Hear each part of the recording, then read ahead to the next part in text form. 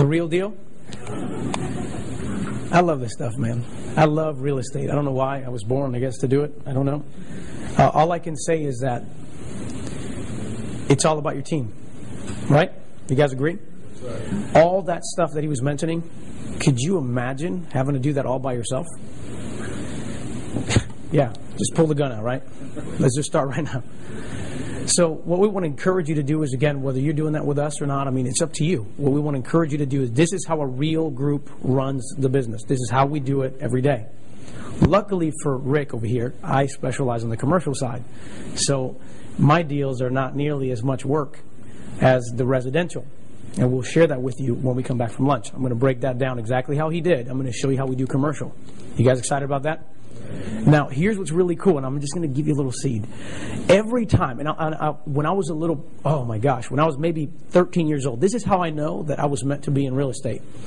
My mom would drive downtown, and I would look at these huge buildings. And while most people don't even think about it, right? You don't even think. You drive by just building. I'd be like, oh, if I can own one of those.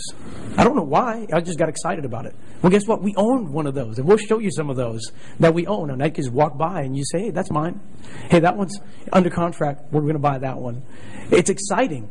But when I talk about a big building, 16 stories, 6 stories, industrial properties, whatever it might be, even a 180-unit mobile home park, what do you first think of? Lots of money, right? You got to come up with millions of dollars. I got to pull all this money, which I don't have, right? I might have $200,000-$300,000, but what is that going to get me in commercial, right? That is the biggest reason why so many people just stay in residential, because they don't realize that with $200,000 to $300,000, you can own monster commercial properties. And that's what we're going to talk about. We're going to show you how we do it and how investors get involved with us, because we're able to do something that's completely unique. And one last thing I want to mention that Luis really didn't bring up because he's so humble about it. The monster piece is we do both commercial and residential.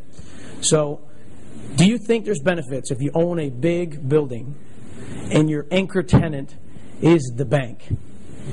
Do you think your position in a relationship it's slightly different than your average John Doe? Let me ask you a question. Did banks take a beating in a residential in the last couple of years? Do they have excess inventory? If they're your tenant, do you think that they don't know that you're in real estate when they're writing you a check every month, right? So who do you think they go to when they want to have a conversation about another bank they just acquired at 30 cents on the dollar, and they have all of these notes that are in default in residential and commercial? See, Luis is telling you that we get, sometimes he showed you how we get people because we want to show you how you can do it, right? So go out there, get your network, keep doing it. But the other side of the network is inventory that you will never see because it's not available. It's only available to a select few, and that's those who have, like Luis said, have networked to a certain level.